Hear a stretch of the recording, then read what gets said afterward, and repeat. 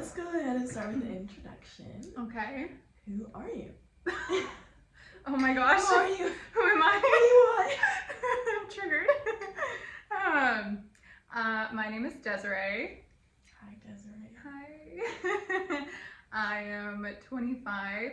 Or are you? No, that's good. Okay. We can get through some of this. Yeah. My name is Desiree. I'm 25. Nice. Yes. And I'm from here in California. Well, yes, Southern California. We'll just say that. Yeah, for privacy. Yeah. Cool. So Desiree and I know each other from church. So we also were in a small group together, and you were kind of the leader. I was for a while. Simone. Yeah. So yeah. And then anyways. Okay. So like the other videos, I am going to start off with a icebreaker question. Okay. So if there was one fairy tale character you could rewrite, what would it be and why? Ooh, okay, the first thing that comes to mind, I don't know if this technically fits, but I think of La La Land, and I love that. Spoiler alert, even though it came out years ago, I would change the ending so that they do end up together. Interesting. Okay, I actually wouldn't change the ending. Really? I like the ending. You do? Because I feel like it's so true to like life. They're just people that come your way in like specific seasons. Mm-hmm. And then, it doesn't always work out. It's true. That is true. Are you someone that likes happy endings in movies or like? I think it depends on the story. Yeah. Mm-hmm. Because I don't think it ending in a happy way always means it's good in a sense. Where sometimes it's sad, but it's like what needed to happen. Yeah.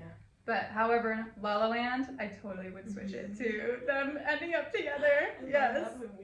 Me too. That was good. No, it's funny because my mom actually came up with that question. That's a good one. I was like, that was actually a pretty interesting question. Yeah, I don't think I've ever heard an icebreaker like that. Yeah. Good job, Mom. Okay, so we already went through where you're from. You can tell us what kind of things you're interested in, like hobbies. I don't know. Music. Perfect. We were singing like a musical earlier. Yes. No, what were we singing? Yeah, Defying Gravity. No, it was. Wait. Oh yeah. It was. How dare you? But the audio was not working, and it was so good. Yeah. I'm mad. You guys really missed out on Maybe good performance. Record another one, and then we'll put it in. There, that was little putting it in. Bonus feature at the end. So, okay, interests, hobbies. I am like an old lady, old soul at heart. So I like I like collecting things. So I like yeah. It really. You seem like you like collecting things. In a great way. I do. I want to be surprised if I ended up being a hoarder in my old age or something. But I do like collecting vintage stuff and thrifting. Yeah. I do enjoy painting and let's see. Yeah, very painting and needlepoint. Yeah. I guess creative stuff like that. And then one of my biggest interests is psychology, and specifically the connection between mind, body, spirit, which has definitely come alive with the recent years going through everything I have with my health. Yeah. Yeah. We'll get into that. Mm-hmm. Okay, so I guess we're gonna get into the main chunk. Okay. So you can just tell as much as you want. It could be little, it could be a lot, about like kind of your history, like with your diagnosis and what it was like. Or I guess first just like a simple statement of like what your medical diagnosis is. I don't know if that's the right terminology. Yeah, no, that's good. So it's a bit of a laundry list, but essentially I was diagnosed with severe mold poisoning, multiple really dangerous parasites, IBS, IBD, gluten intolerance, and that pretty much sums it up. There's some other like autoimmune stuff in there as well, but that's like the main chunk of the things I was officially diagnosed with. Yeah. And then, so when did that happen? When were you like officially diagnosed? Because I know it was kind of a journey getting there. Yes, And maybe you could talk about that, like the journey getting to that. Okay, yeah, it was quite the journey. Mhm. So I have struggled with several mysterious like health issues, symptoms for years that went unanswered, couldn't really get any help with that, and all of it came to a T fall 2023, where essentially my body just ended up giving out, and I had no idea what was going on. I was in and out of the doctors, in and out of the hospital, and I couldn't get any answers, and consistently was just put on more and more antibiotics, like stronger and stronger dosages. And I did multiple rounds of that, and it all started with severe congestion and a sinus infection. Yeah, and because I've had certain health issues for a long time, it was very normal for me to get sick and for it to linger for a long time. So when I was experiencing the congestion and the sinus infection that turned into lung issues, for the first month of it, I was thinking, oh, you know what, maybe this is just taking a long time Yeah. for my body to really flush through, because that's how like my body is sometimes. And then it started to become apparent that it was a much deeper issue and that it was serious, because I was experiencing really bad symptoms like severe fatigue that was chronic, that I was experiencing every day, nausea, a lot of stomach cramping, muscle and joint pain, really rocky sleep schedule. Was having a really hard time with my sleep. Again, really bad congestion, lots of head pressure, face pressure. Was it like headaches too? Oh yeah, like really bad headaches. Did it feel like migraines almost, like really intense? And it felt like no matter what I did, it wouldn't really take the edge off. So yeah, so it was really like a cocktail of all these different symptoms that was pointing to something deeper is happening here. And I'm 25, so I knew this shouldn't be happening. This shouldn't be normal for me to be this sick all the time, because it ended up carrying on for months. Yeah. And then, were you in school at that time? Because that was 2023, you said? I wasn't. Or was that after? Yeah, it was after, so I was working at the time. Got it. Yeah, and I was involved in ministry, I was in leadership, so my plate was very full, and then a lot of things came crashing down with my health taking a hard hit. Yeah. Oh gosh. Yeah. I think it's so crazy that, like, I know with your, like, with some illnesses, it's very apparent, like, okay, they're sick, like, you can see it. But I feel like with your story, and we've talked about this before, it's kind of like hidden. And so on the outside, because you're good at handling it, like, you don't always know that you're actually in deep pain. And so I feel like, and we'll get into that, but I think it's interesting how, like, well, we weren't super close at that time, so I didn't know any of that was happening. But then when I, like, kind of heard about it and, like, heard that you had some health stuff going on, I was so surprised, because I was like, that looks like a picture of health. Like what in the world? Oh, that's too funny. It's also something that I'm a little bit more private with. As I was in the midst of it, going through it, it wasn't necessarily something I broadcasted to everyone unless it came up because of feedback that I had gotten that was hurtful. So I decided to keep it more on the down low. Yeah. Well, sorry about that. Thank you. So then, what was it like when you finally got that diagnosis? Like, this is what you have. So emotional in a good way. It was, like, there was so much leading up to it, because by the time I got an official diagnosis, I had been so sick for months with no help. And so I got my official diagnosis in April of 2024. Oh yeah. And I had so first. Recent. It hasn't even been a full year yet. April will be a year. So, and I had first gotten sick it first started hitting in like August 2023. And then when my body gave out and like my mom pretty much became my full-time caretaker, I had lost all my color. I was like paler than I am now. I was like gray. Yeah. And even my mom was really scared, and it was so bad to the point where I was really wondering, like, am I dying? Is that what is, I have no idea what's going on, but I know that it's bad. Yeah. And so, like I mentioned, I had been to the doctors and I had tried advocating for myself, you know, like, no, I need more than antibiotics, like, I need more than this. And it was so hard to get through. Yeah. So they did end up ordering some x-rays and things like that, but nothing ever came up. And I went to the ER, I had so much testing done, I had blood work done, CAT scans, all kinds of stuff, and they said, everything looks okay, your blood work looks okay. Actually, there's a couple of things that look a little concerning, but it should be fine.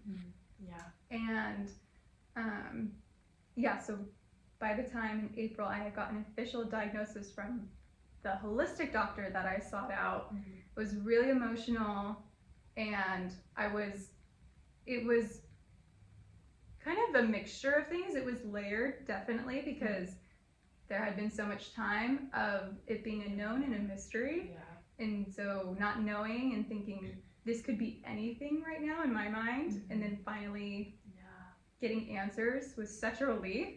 And then at the same time realizing, okay, I have a long journey ahead of me. Did you think, like, when you actually heard what it was, like the cocktail of things, was it like, did you expect it to be something worse? Not saying that what you have is like not bad and hard, but did you expect it to be like, oh, I have cancer or something like that? Or was it, I don't know. No, I did. Yeah. Yeah.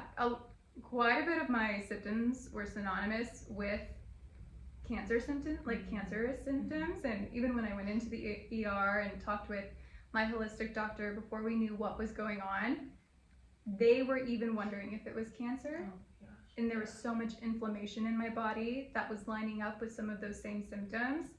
So there was about a 3-week period before I got my super in-depth labs back with my holistic doctor. In that time period, I was really wondering, like, is this cancer? What would that look like? What would that be like? So when I did find out, it was a little, I don't know if I would say I was shocked that it wasn't something like that, but I was definitely prepared for anything. Yeah. And if anything, I felt like, oh, okay. I don't know much about this, not that I know a ton about other sicknesses, but more specifically severe mold poisoning and because that's like something that you hear about, like, exactly. So it was kind of interesting. Yeah. So, oh, okay, I was not expecting that, especially since parasites are so often true with traveling, and I can only get that if I travel out of the States, and that's just not true. That's something that has become like a stereotype with it, and it's just not the case. You can get them anywhere, as I can attest to that. And mold poisoning was so random because we're in Southern California, and you wouldn't expect that here where it's very dry. So was that something that, like, you had picked up, or was it like just internally? I don't know how to explain that. But like how I contracted it or got it. So I'm not sure how I got it. There's so many different ways to get mold poisoning, contract parasites. Pretty much, they can be in the air, they can be in the water we drink, in the food we eat. So it's difficult to track it back to exactly how I got it. But in my lab results, some of the stuff that came up are connected. Well, okay, words. Some of the toxins can be linked back to specific things like contaminated food or contaminated meat, air, stuff like that. You know, there are type of toxins called mycotoxins, which are essentially mold, and those are connected with food, water, and air.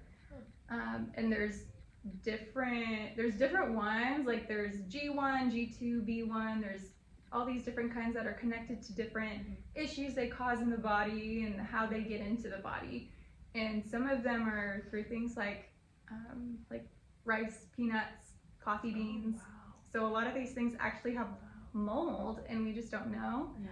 And so then we ingest them, and they can even be carcinogenic, Yeah. which can be cancer causing. Yeah. So it's really, it's just so crazy, like diving into it and learning more about it, because it was really confusing of how in the world did I get that? Yeah. Well, I will say even props to you, because you sitting here and being able to explain all of that. I know you probably like went back and studied all of that to kind of understand more. Kind of.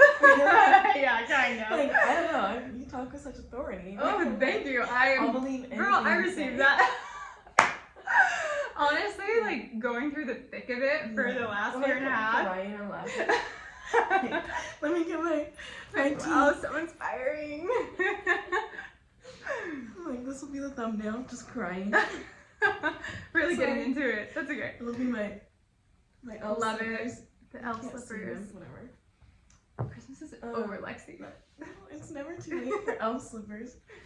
Actually, I want my tea too. What was I gonna say? Oh yeah, even like going back to when you were saying like you had to kind of talk to the doctors and say, stop giving me these tests. Mm-hmm. You know, like this is not what it is. Like it can be really hard to advocate for yourself in that setting. So hard. Really Like, intimidating. There's been many times where like with me, I'm like, I know you're doctors. I know you studied for years to your degree. Mm-hmm. I know you're smarter than me, okay? Yes, but I'm like, this is my body and I've lived with it for my whole life. Yeah, and it's really sad because I hear more about people who don't feel heard when they go to get seen at the doctors, or they do have a serious issue going on. Yeah. Then I do hear people say, oh, I totally felt heard, and I totally felt like this person was taking me seriously. Mm-hmm. And like you said, I know that they're out there, and I know that a lot of doctors are doing the best that they can.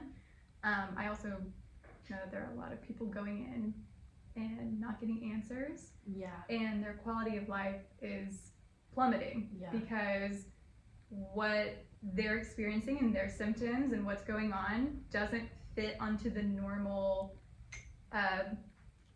lab that is taken, don't fit the normal biomarkers that the general lab test does. Yeah. So it's really unfortunate because there are a lot of people who are suffering alone with no answers. Yeah. Ugh.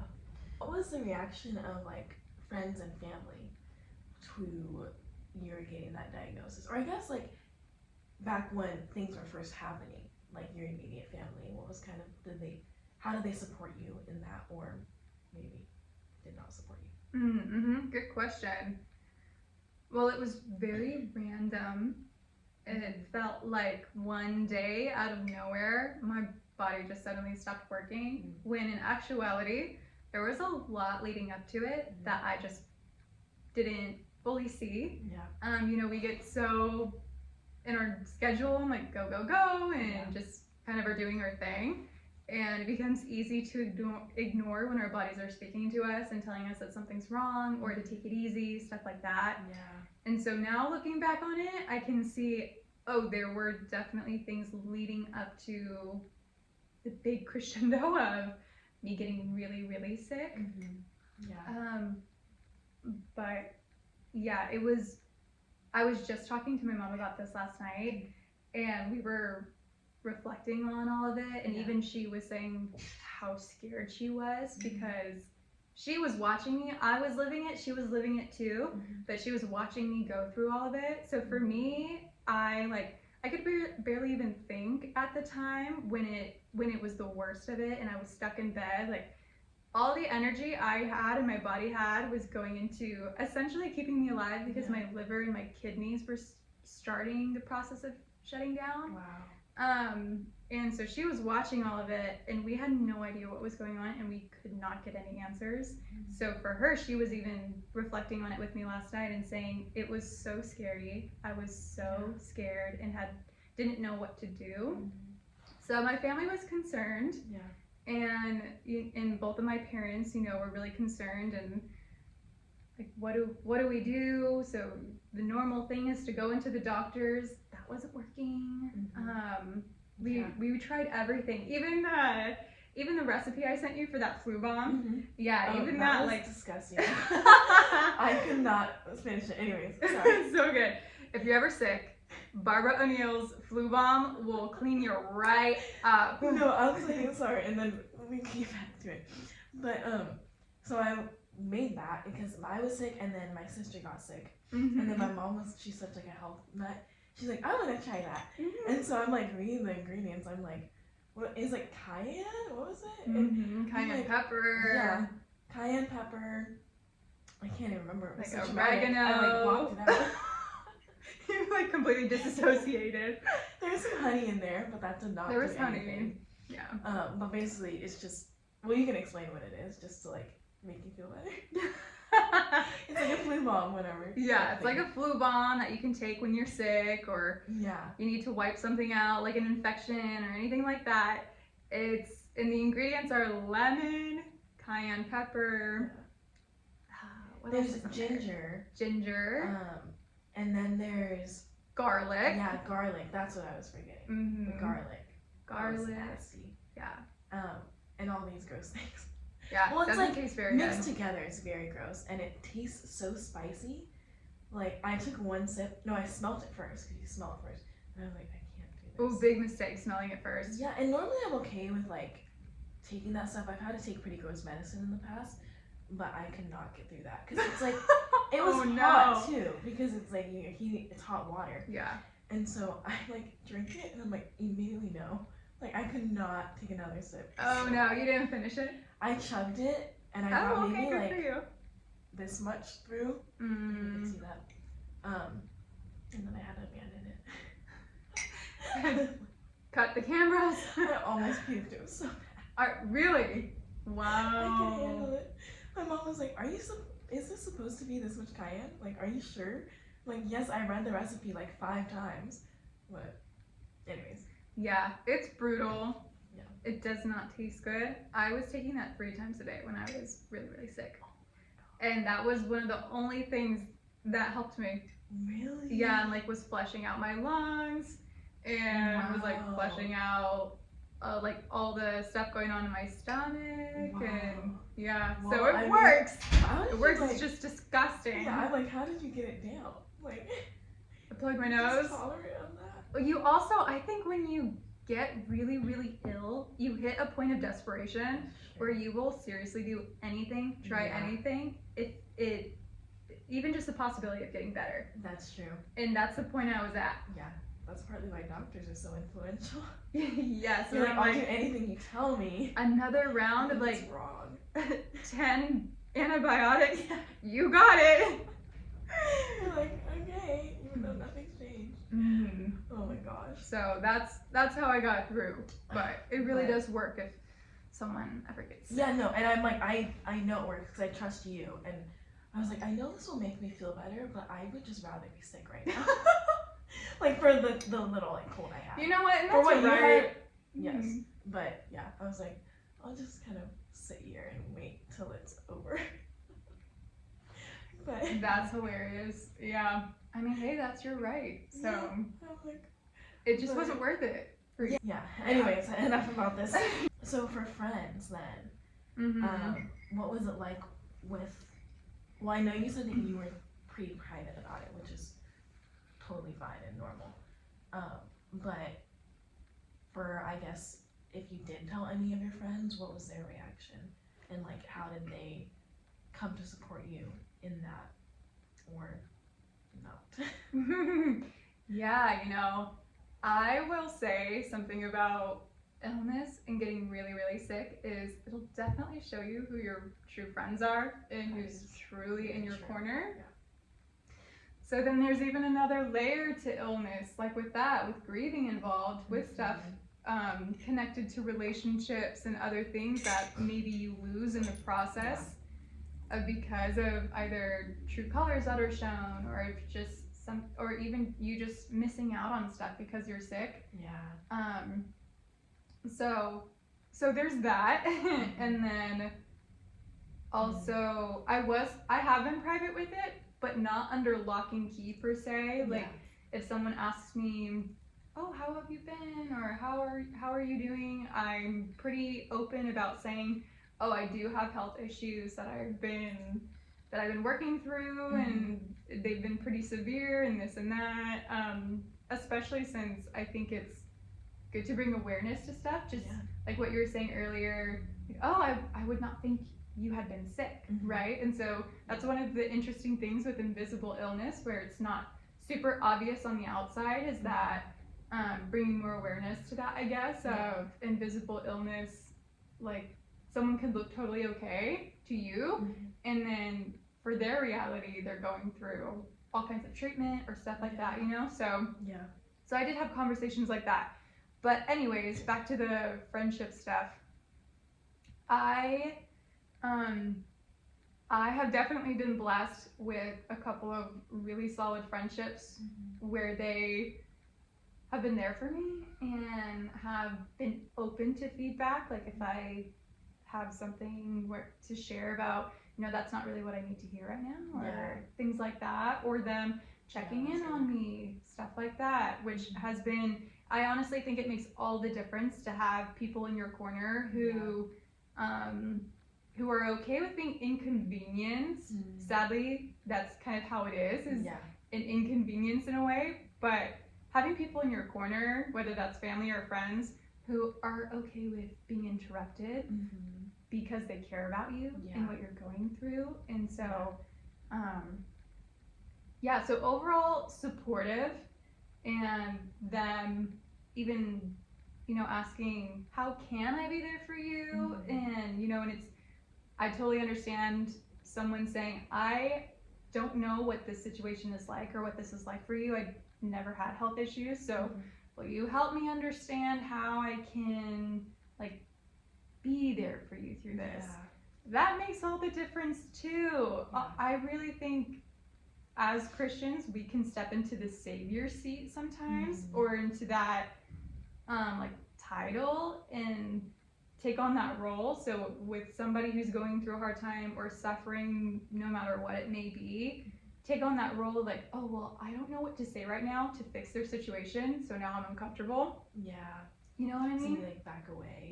And like you, and at least for me, I can really feel that tension when I'm talking with someone, or like being vulnerable and telling them about my situation and my health.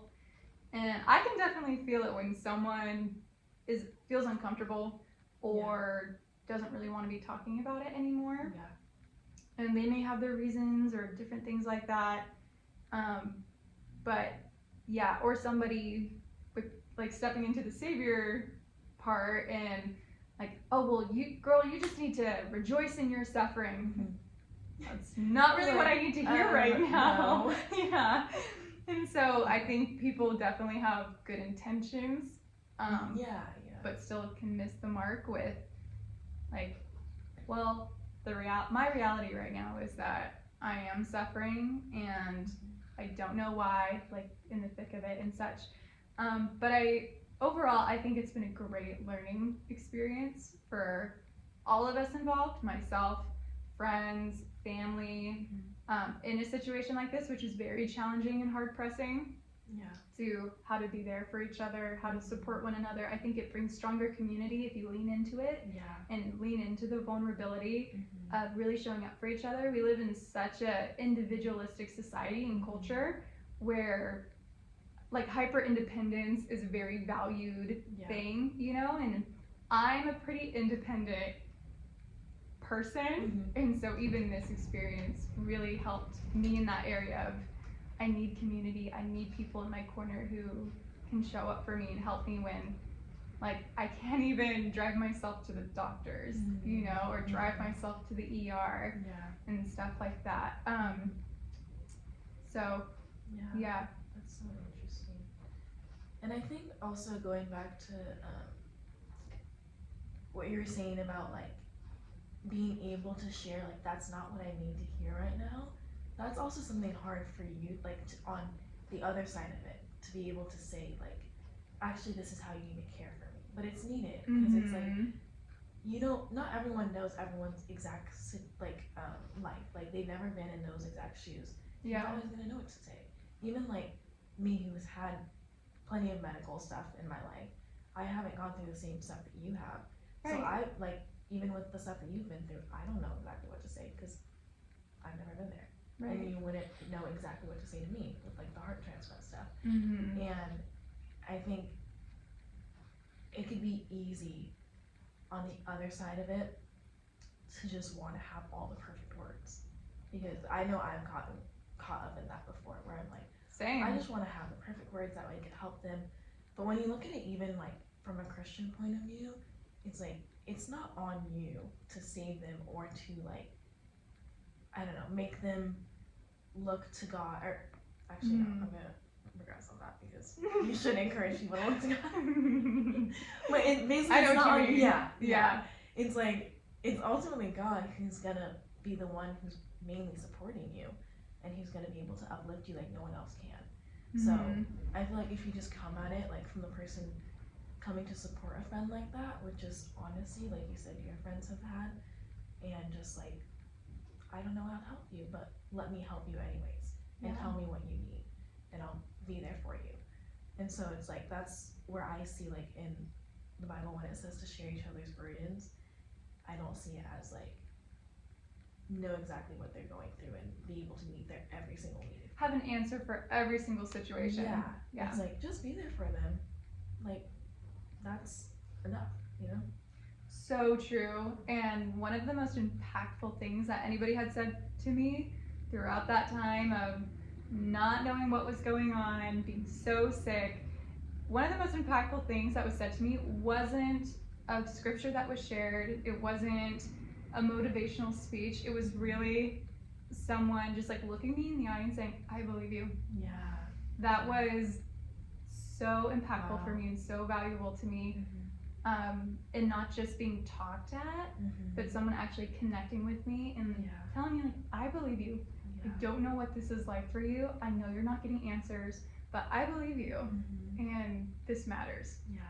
And it's like even when you look back on those points, you don't always remember like the scriptures that they read to you or stuff like that. It's like for me when I look back at my time in, well, not in the hospital and rehab because I don't remember the hospital at all, but I just remember like the people who were there for me. Like I remember my uncle, he like flew in from South Dakota like right after he heard. I just remember him sitting there with me and like watching a TV show with me for hours, and that was like so meaningful. That was everything. I don't know what we talked about or anything like that, but I just remember him being there. Yeah. And so those are like the most, and it's so easy. Like it's so easy to just sit there with someone.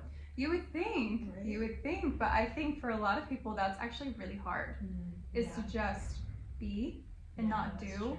and not like, well, let me put together a bunch of scriptures for them or a speech to give them. I think maybe sometimes it's harder for people to just sit and be with someone in the discomfort and in the pain, because I don't think we're properly equipped to sit in suffering at all, and then also with other people. And two, as humans, we're averse to pain and feeling discomfort. So if that's something that we don't face in our own lives with ourselves, I think it's probably really hard to do that with another person. Yeah, that's true. You know what I mean? Yeah, that's good. But I love that your uncle did that and showed up for you in that way. And like you said, I don't even remember what we talked about, but I remember him showing up and being there with me. Yeah.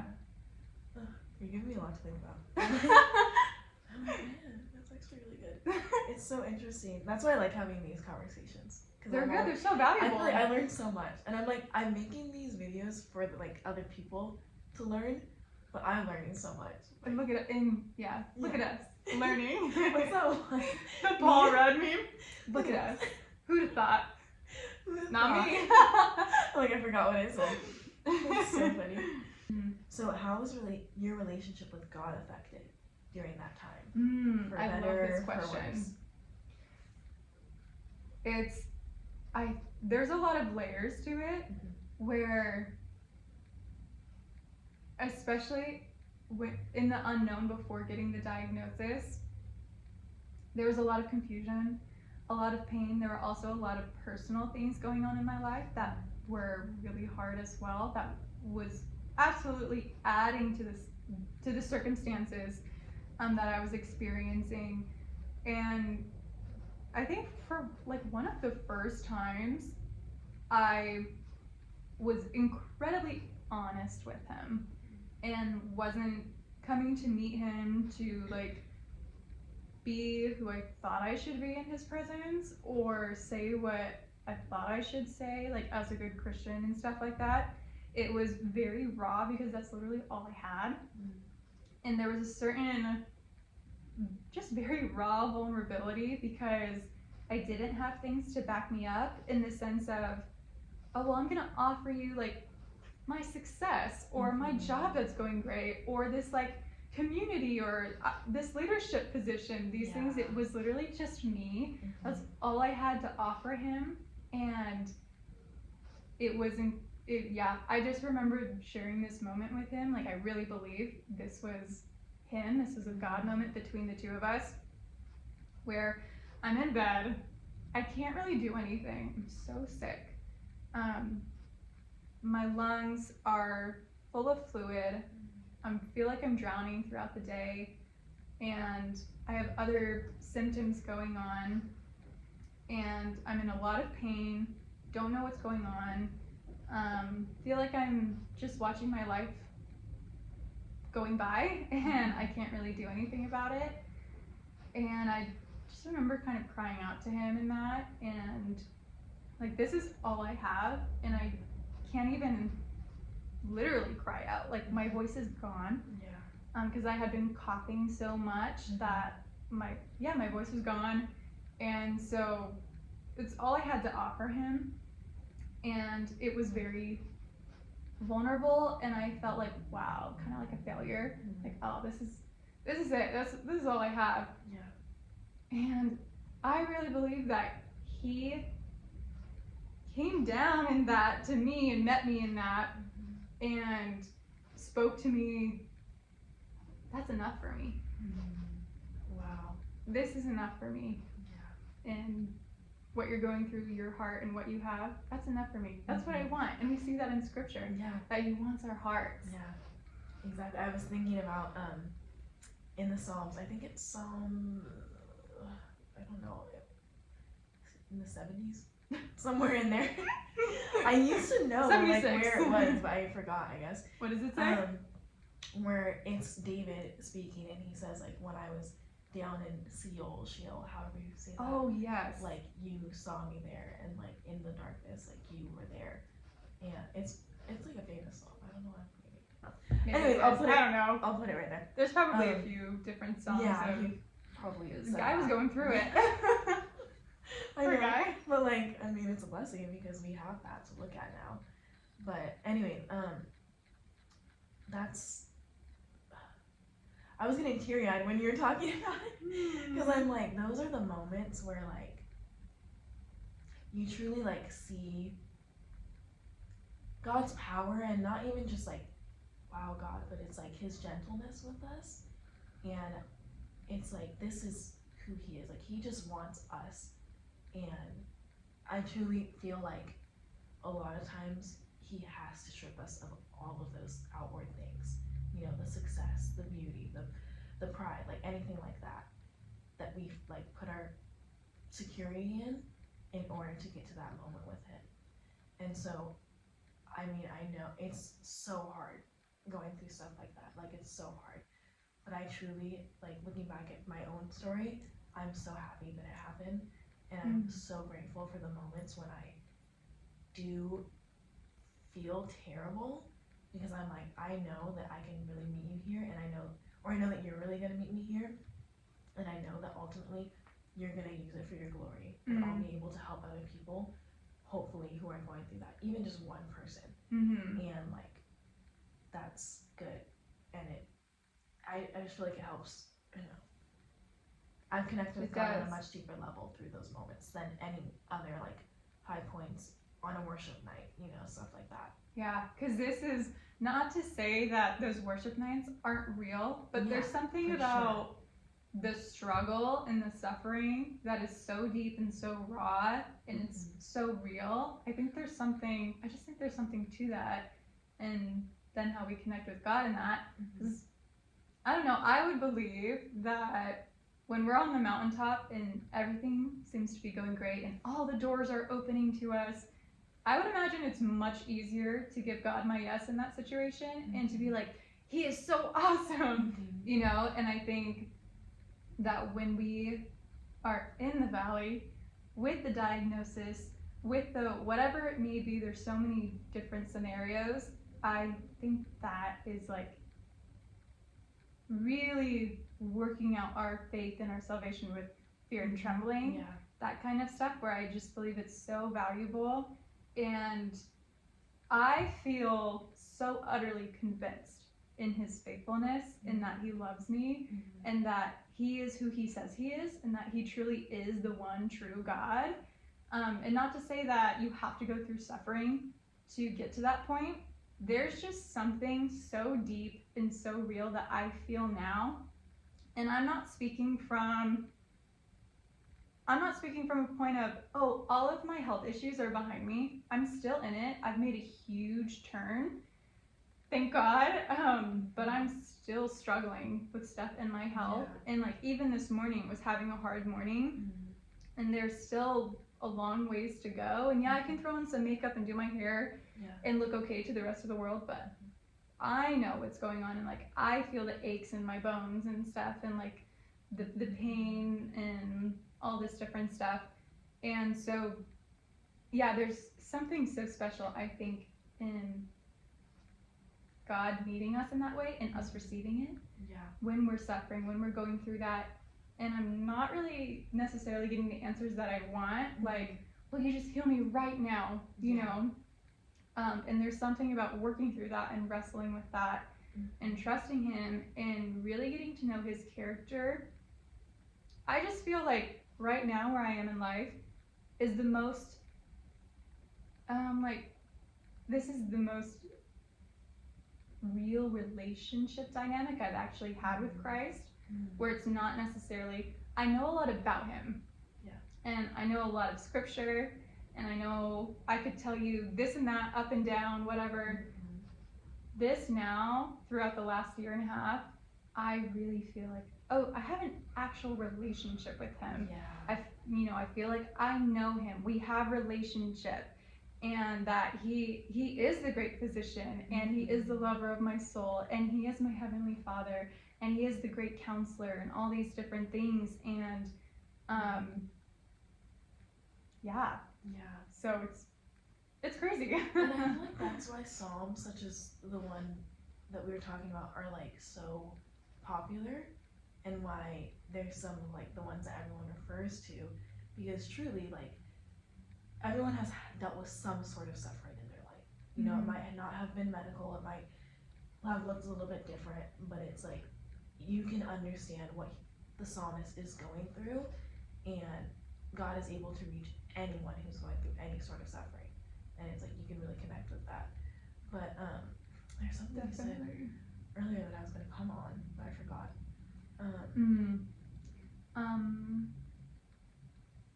Suffering. Well, I know you had knowing mentioned, God, knowing about him. I know you had said briefly that not everyone has to go through suffering to get to that point. It's funny because in the last video that I made with my friend Riley, I said that, and she's disagreed. Oh, really? And I was like, oh, that's so interesting. Like, what do you think? And she said, I actually think that everyone has to get to at least that point where they're like, kind of in that place where it's only God. Like, that's all I have. And I'm like, you know what? That's actually true. Interesting. So, yeah, I'm like, and like I said, suffering can look different for everyone. Very true. And also there are different levels. God knows what we can handle. And I mean, that's not to say that what you're going through is like, no, you can handle that. Like, God's like, no, she can handle it. She's fine. Like, are you sure? Yeah. I guess as we come to an end, what's like one thing that you would want to tell to people who have been through something similar, or are going through something similar as you have, or people who know someone that's going through something like that? Such a good question. Questions. I have a couple of things in mind. One, going back to what we were talking about with advocating for ourselves, it's definitely hard and intimidating, especially when you're faced with a doctor who knows so much and you're like, oh, little old me. But truly, it is your story and it's your body, and so you know when something's off and you know when something's going on. And you said the same thing. I totally agree. That's how I felt too. And so advocating for yourself is so important and scary. And doing that and getting what you need is so important, and your health is worth it. And you are worth it to get well, to get better, even if that means annoying a doctor or annoying somebody or feeling like an inconvenience. You matter, and what you're going through is really important. Also, you're not alone, and I remember feeling that way. Like, I was alone and people didn't understand what I was going through. And then I was so thankful to find my holistic doctor, and she believed me, she validated me, and she was the one who really took the time and put in the effort to get to the bottom of what the heck was going on with me. And so I also encourage you, or anybody who has health stuff going on and they can't get any answers, they don't know what's going on.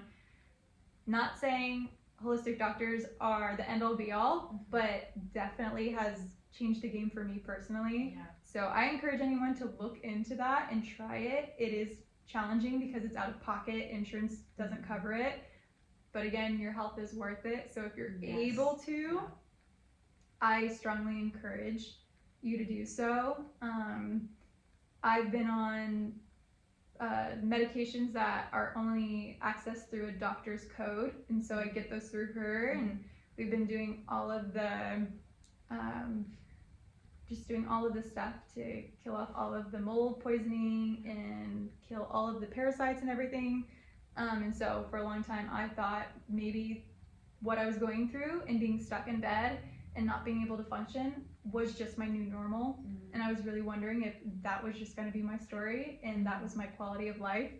And then answers did eventually come, and they came through avenues that were not normal, but that's what got me better. And and maybe for someone who knows someone who's going through something, before this experience, I have been someone who didn't know what to say when someone was going through suffering, crisis. I've been in those shoes where I so desperately don't want to worsen their pain that I end up not saying anything at all. And in that, I think I did something even more painful than saying the wrong thing, which was not even acknowledging their reality and what they were going through. And so if you know someone who's going through something really hard and you relate to what I'm saying of like, oh, I don't know what to say, it's okay, you don't need to know what to say. It goes a long way just to ask them, how are you doing? What is this like for you? I can't tell you how many times I've opened up about my diagnosis, the hardship, what it's been like for me, and someone immediately just starts like preaching at me or talking at me and telling me how I should go about it, what I should do. And that's not what I need or not what I needed. And so I really encourage someone to how to come alongside another person going through something really hard is to just do like exactly what your uncle did, which was show up, be present, and not ignore the reality of what they're going through. Or I would even recommend being really careful about joking as well. I really believe that in our culture and even in Christian circles, we can like try and soften a situation with humor, which I totally understand because I do that. And then I realized when I was sick and someone was trying to talk to me about it and would just end up joking about what I was going through, that was pretty hurtful. Mm-hmm. Because it's like, you know what? I'm suffering and what I'm going through isn't a joke. And there were a couple times where I even said something. So also sticking up for yourself if you are going through something really hard, and you know, being bold and courageous and sticking up for yourself and communicating what you need from people, or if someone crosses a line, being brave and saying something and communicating that, and you can be honest and still be kind. Yeah, exactly. You know what I mean? So that was a lot. Those are really all good. things that come to my You mind. covered all bases, so that was good. Yeah. Yeah, thanks. Oh. Yeah, great question. Yeah, well, thanks for sitting down with me. Yeah, thanks for having me. Yeah. Yeah, I'm super thankful for this opportunity. So exciting. Yeah. Alright, but we'll see you guys later. Bye. Bye.